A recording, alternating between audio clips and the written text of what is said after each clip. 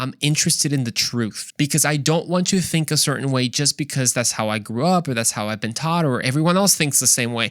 I want to believe something because it's true. Is there truth about abortion, or is everything just opinions?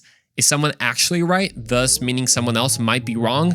Or is it just so much nuance and intricacy that is just, you can't say anything is black or white nowadays? Well, today I want to give you certainty. Let's discuss the most common pro-choice arguments that I'm hearing from people who identify as Christians and see if they make sense.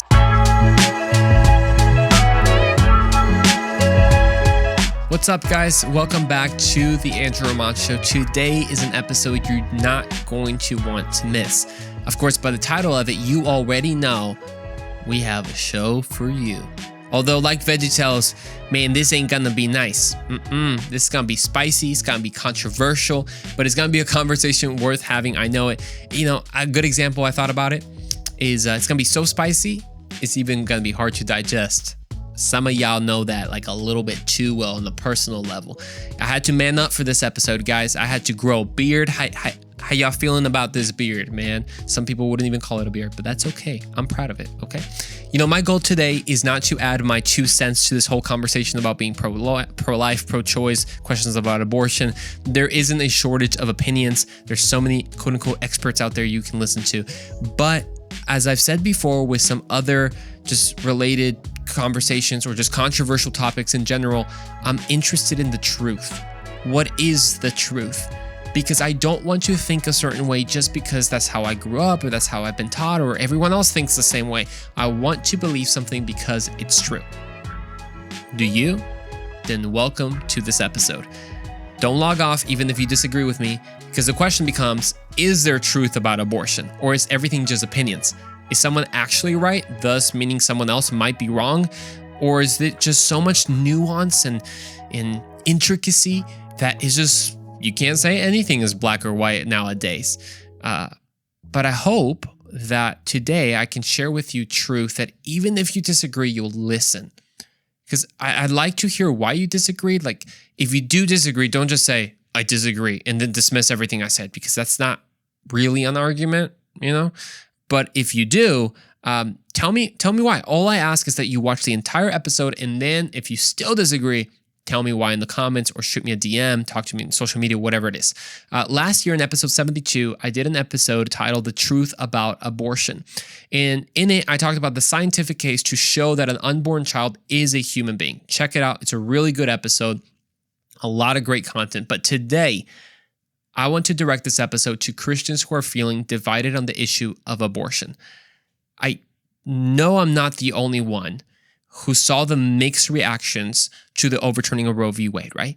Some Christians celebrated while others didn't, because they said it's not a day to celebrate because there's so many women hurting and some rights have been taken away. And we are supposed to mourn with those who mourn, right? Some pastors were very vocal about the day while others were silent. Many videos even surfaced on social media about God being pro-choice because he gave the choice of people whether to choose life or death. And who are we to take that God-given choice away?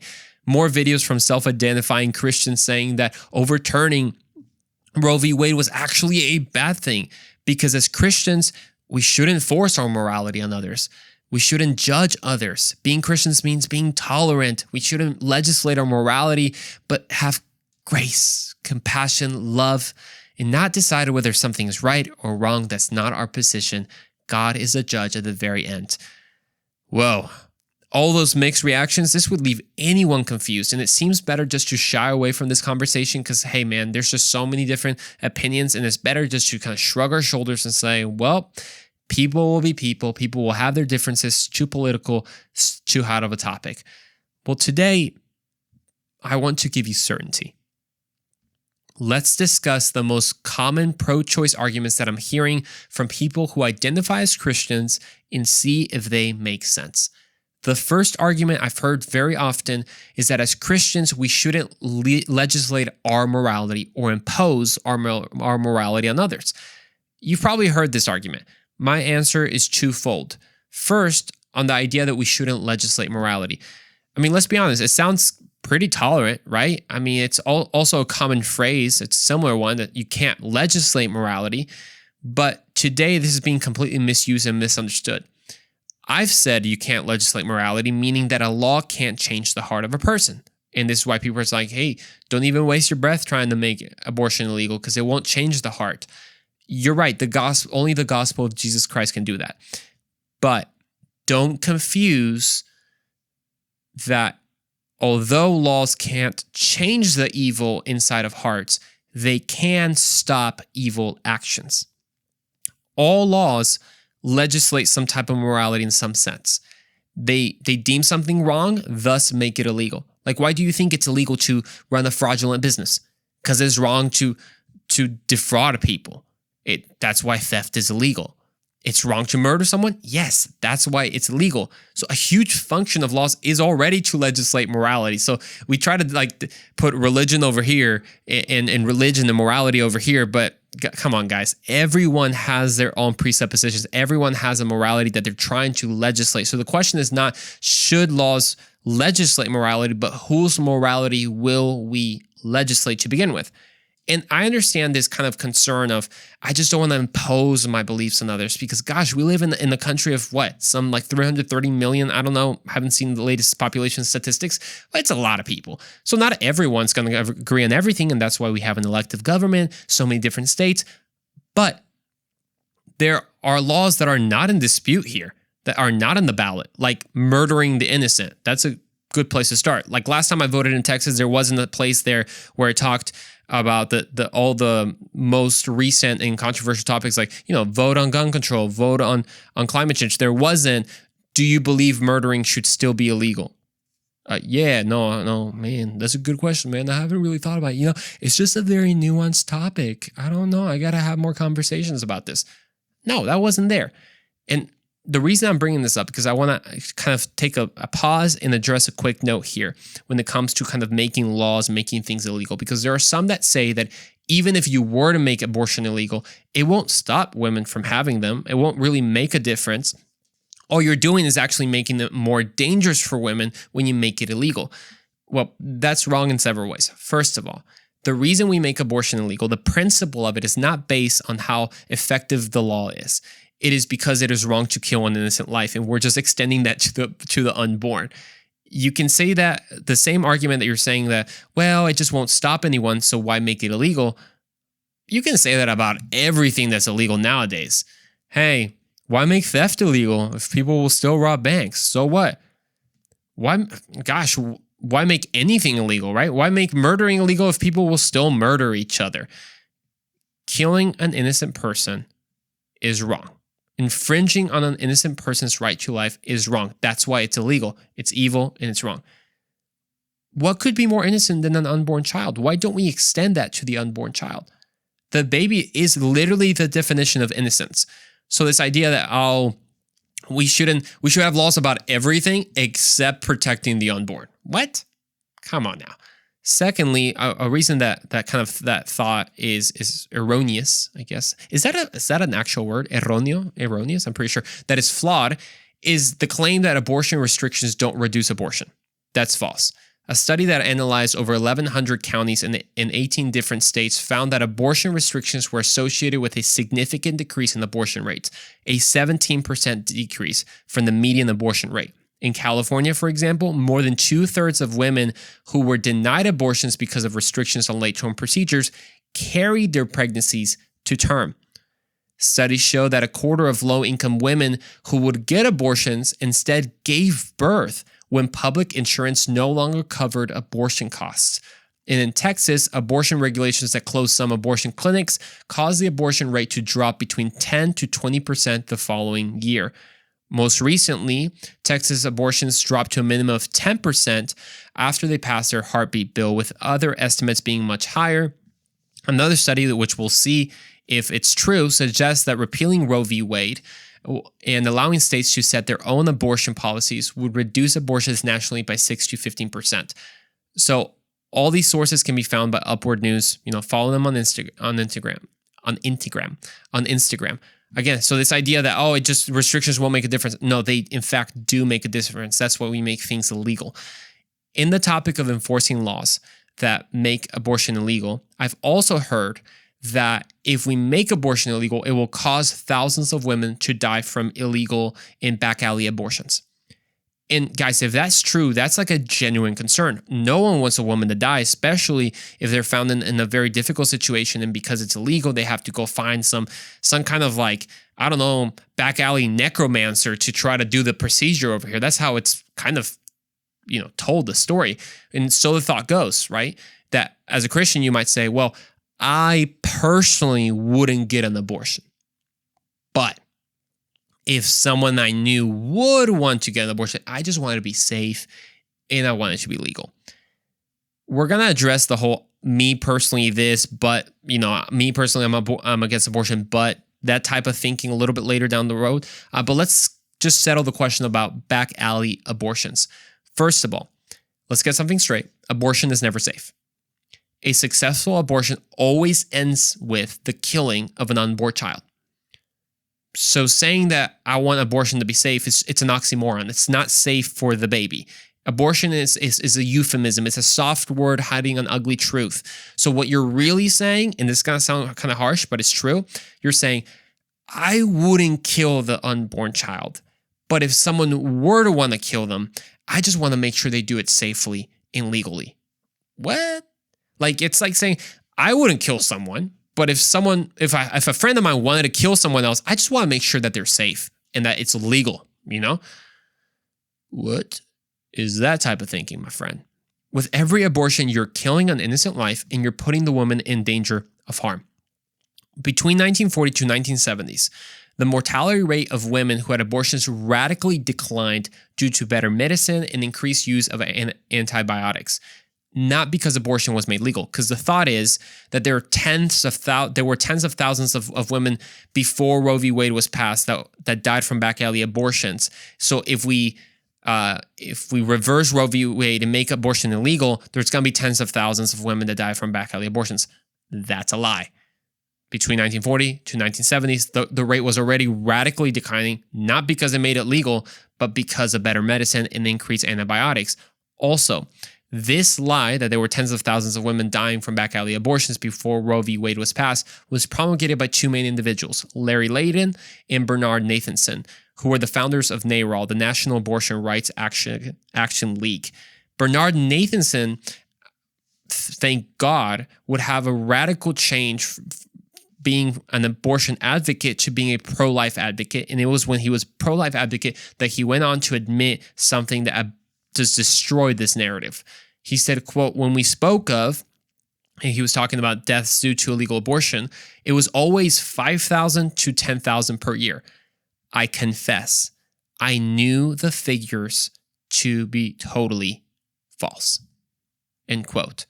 For example, according to the CDC in 1972, this was a year before Roe v. Wade was passed, 39 women died from illegal abortion. Tragic, but that's not 10,000. And 24 died from legal abortion, interestingly. In 1973, the very year Roe v. Wade was passed, 19 women died from illegal abortion, while 25 died from legal abortion. Did you hear that? The year it was passed and it was made legal, more women died from legal abortions than illegal abortions. Also, very worth noting is that in the U.S., has a higher maternal mortality rate than some countries that have stricter abortion policies. So, for example, in 2019, the United States had 14 deaths per 100,000 live births.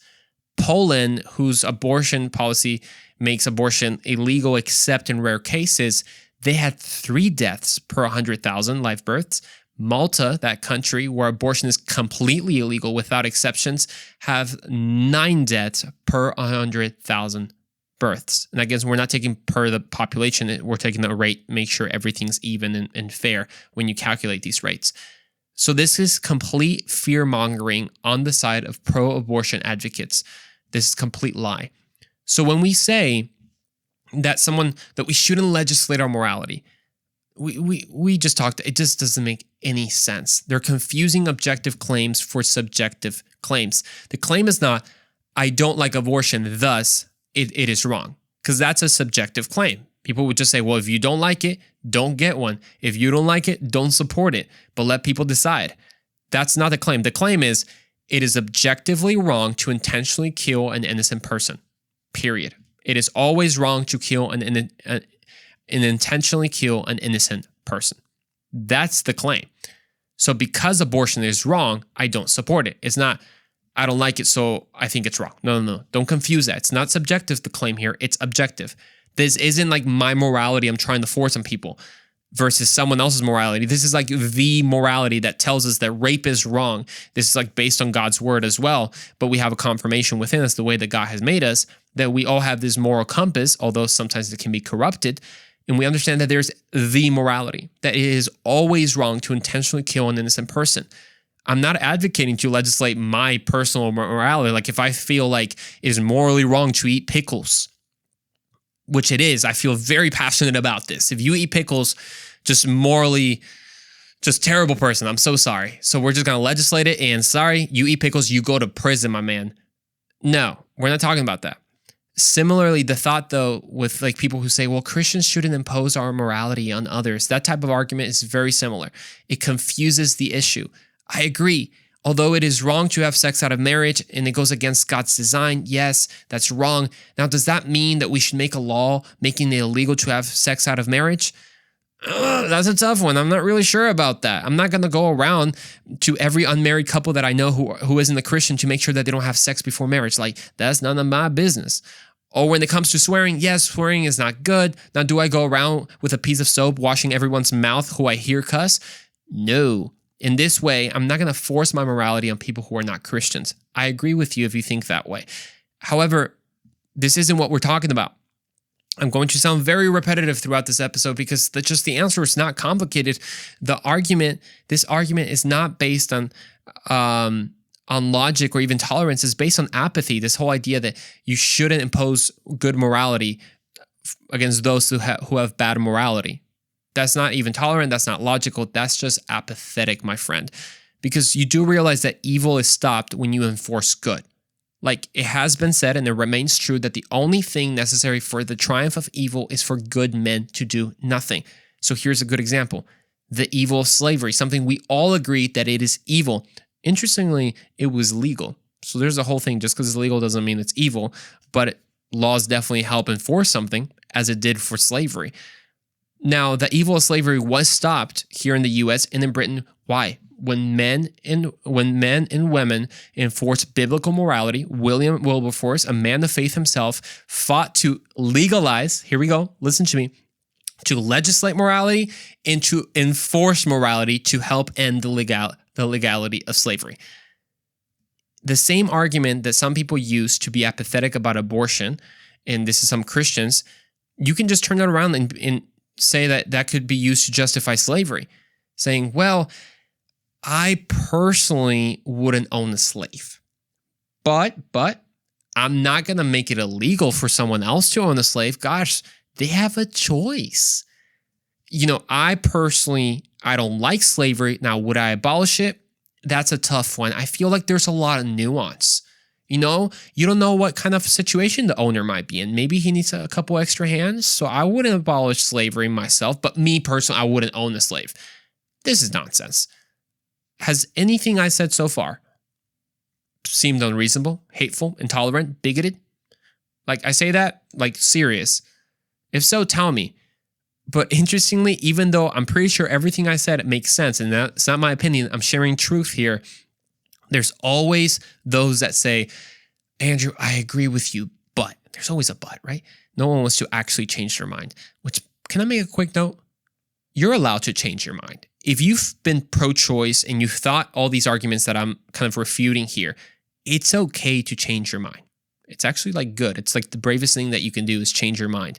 And I encourage you obviously to change your mind to what's true.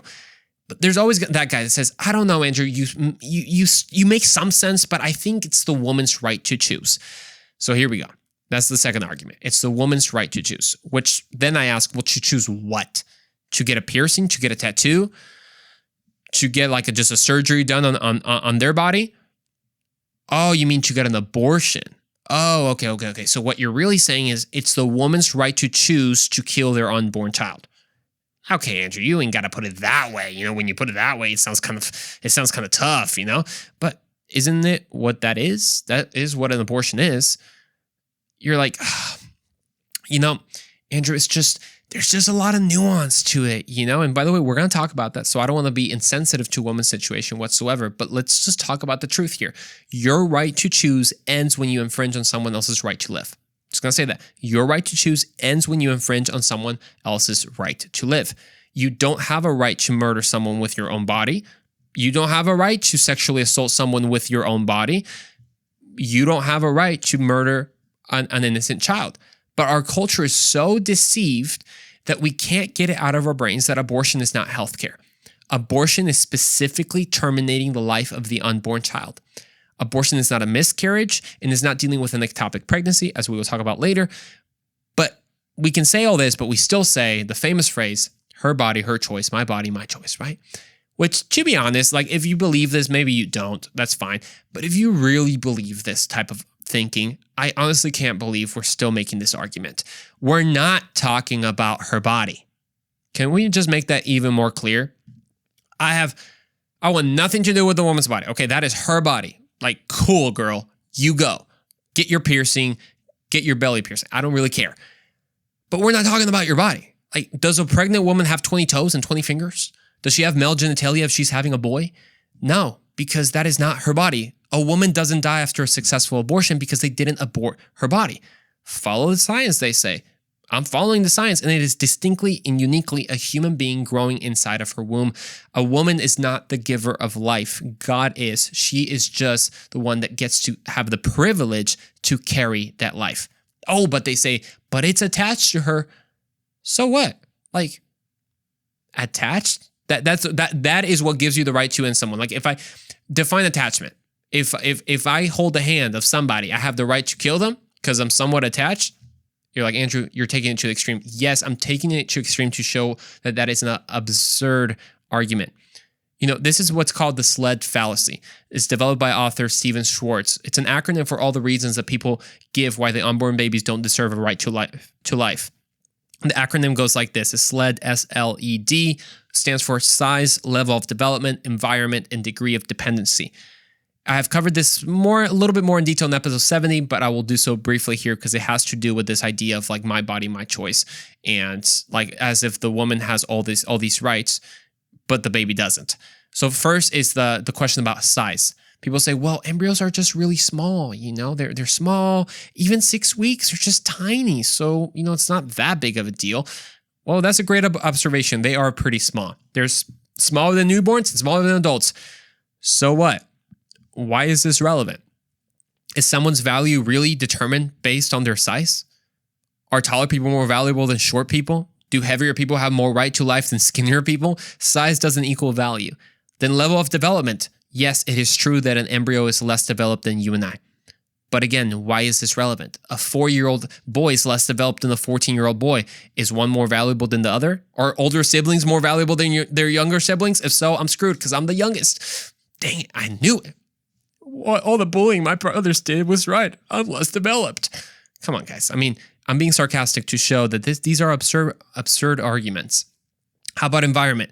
Does your value actually change depending on where you are geographically? Like, I want you to think about this. Some people, the problem with us is we don't think deeply enough because I think we just don't care deeply enough. That might be a whole saying in itself. Author Scott Klosendorf, he put it this way. Does your value change when you cross the street or roll over in bed? If not, how can a journey of 8 inches down the birth canal suddenly change the essential nature of the unborn from non-valuable tissue mass to valuable human being? Makes a lot of sense. How about the degree of dependency? Yeah, the unborn baby is really dependent on the mother. You're absolutely right.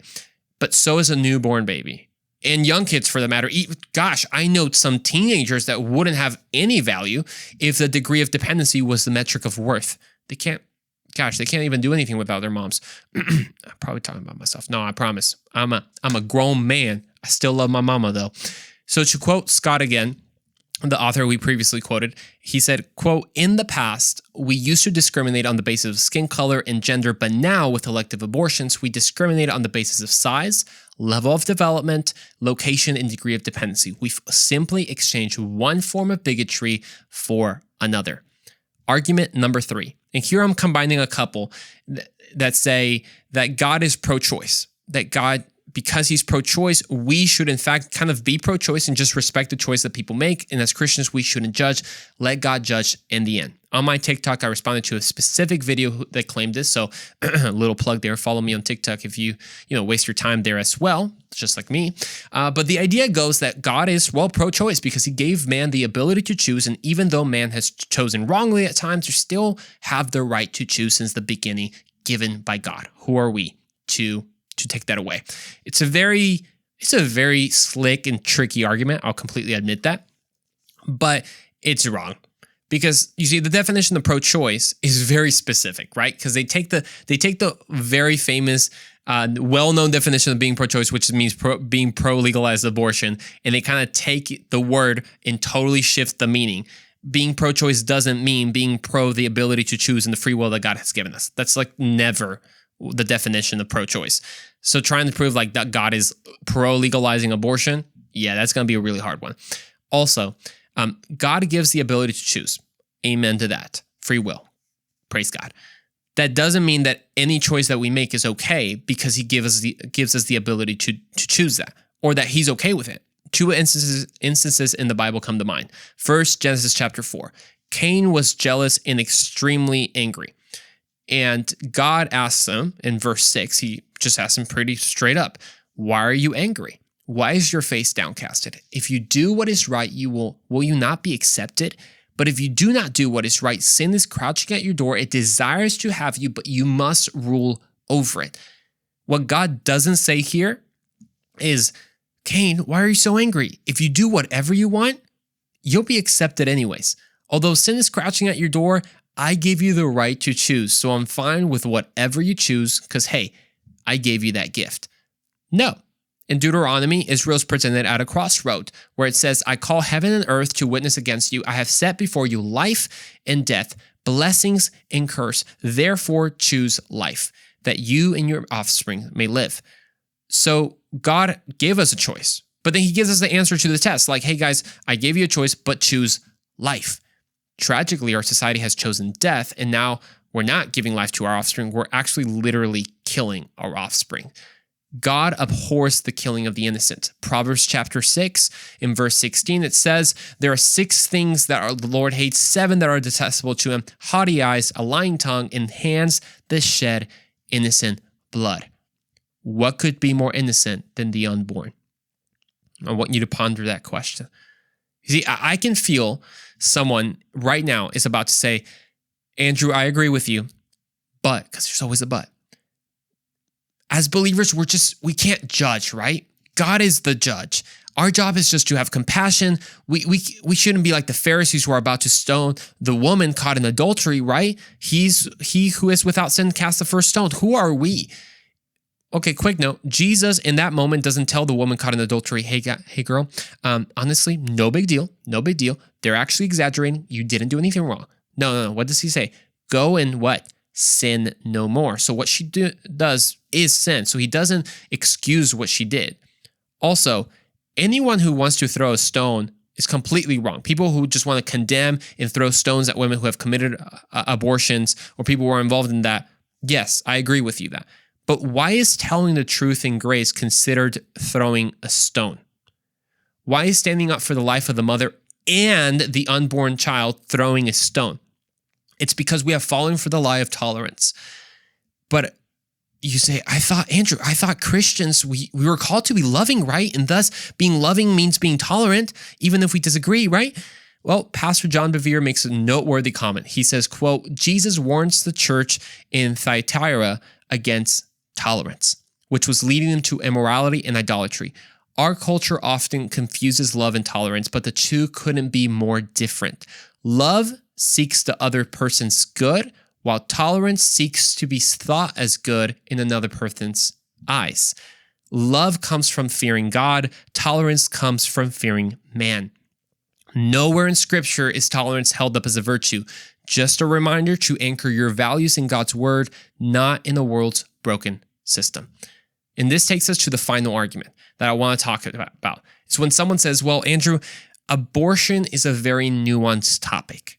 There's just so many different situations, right? No one can really say anything black or white. And because it's so nuanced, the only thing we have is just comfortable and uncomfortable conversation. I say uncomfortable conversations because there's a whole trend of that with a gentleman who does uncomfortable conversations. And he did one about abortion. It's just so nuanced. We got to understand the details about the situations and dun, dun, dun. And hey, at the end of the day, though, everyone will have their opinions. Okay. I told you it was going to get spicy. Here it comes. Let's get something straight. How you help the mother in need is very nuanced. How you help the baby is not nuanced. That's very black and white. How about you don't kill it? Was that too much? Did I step on some toes? Like, I'm being honest here. How you help the mother is very nuanced. But how you help the baby is very black and white. Just don't kill it. So the conversation on abortion is not nuanced. How you help the mother is. How you save the baby is not. Each mother can be in all sorts of different situations, in horrible and difficult situations I possibly cannot begin to comprehend. But what is not nuanced is saving the unborn. And understand, there are many reasons women get abortions. For example, Florida's Agency for Health Care Administration's, their 2015 data showed that out of all the abortions, 0.001%, the reason was that the pregnancy resulted from an incestuous, so that's from incest. Horrible thing. 0.065 was that the woman's life was endangered by the pregnancy. 0.085, the woman was raped. 0.88 and 0.94, the woman's physical health was threatened by the pregnancy. Let's see.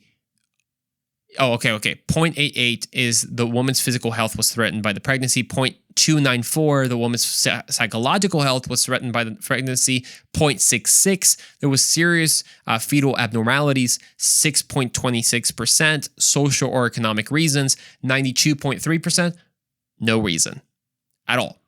Elective abortion. In each of these situations, you might need to help the woman differently.